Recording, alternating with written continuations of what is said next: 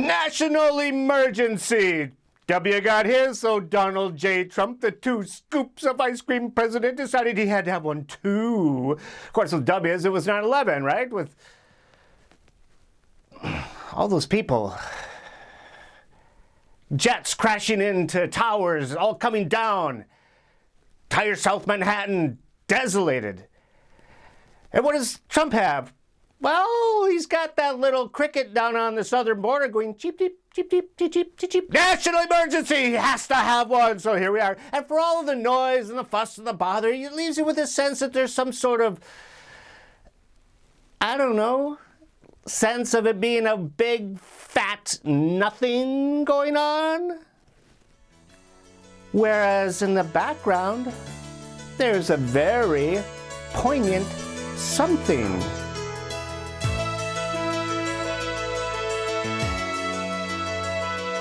Yes, Brett Kavanaugh, remember him? Bad boy Brett. The man who uses words like with the deftness of a thoracic heart surgeon to escape trouble. Sounds like somebody else we know, right? Yeah, maybe his boss sitting there fuming at how long this investigation is going to go on, and he needs his hack on the Supreme Court to help him in a crisis. But more on that in a minute. Going back to Brett. It's that long history of his where he says he's a judge, but Kamala Harris says he's a political hack, and I think I agree with her, because consider, what did he do? Oh, well, see, there was Memogate. There was, oh no, before that, he was clerking for that man who had to quit because he was such a sexual abuser of his staff in his office. And you ask Brett Kavanaugh, do you remember any of that? No, I didn't see one whiff of it. Not at all, that little choir boy face that he has. And then there's Memogate in the W administration. You remember Memogate? It's Republicans, hacking Democratic servers. What is it with Republicans and Democratic servers? And what is it with Democrats making it so easy for them? Hello? Password? Yes. Well, then bad boy Manny sent him like all those pages of confidential emails of Senate Democratic staffers. Did he notice that? Why, no. He didn't notice that at all. He didn't notice anything with that choir boy face that he has.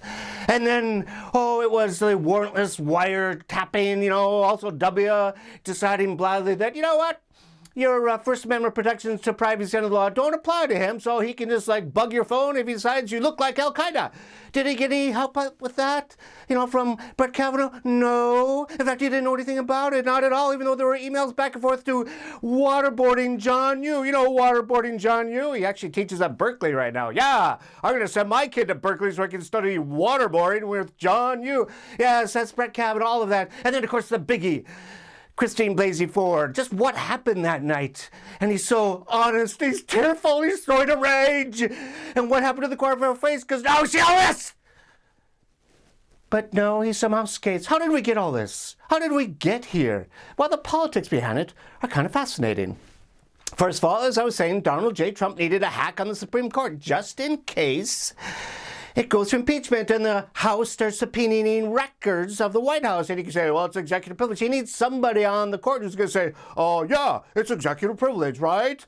It's the Nixon two-step all over again. And then we have the Four Horsemen of the Apocalypse. They want their partisan hack on the Supreme Court to dismantle Roe versus Wade. And then we finally have Mitch McConnell, which is the most interesting part of it all for me.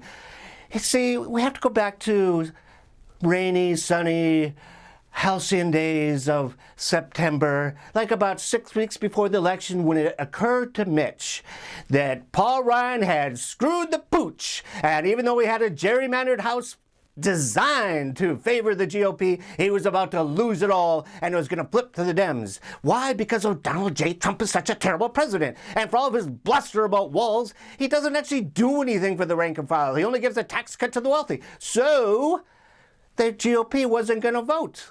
They didn't care. Well, Mitch decided he's going to keep the Senate in his hands no matter what.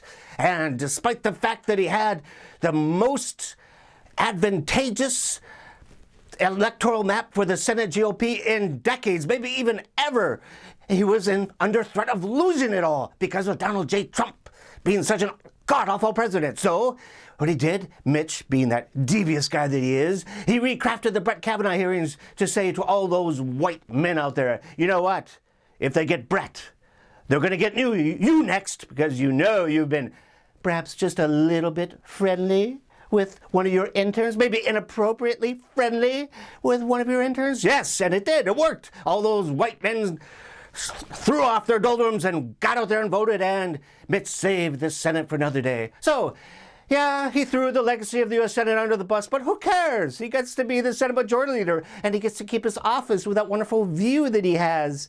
Yes, yes, yes. So what's going to happen? Is Brett Kavanaugh destined to become the new Gollum of the Supreme Court, you know? Yes, my precious. Sauntering around, hiding in the back hallways because nobody wants to talk to him.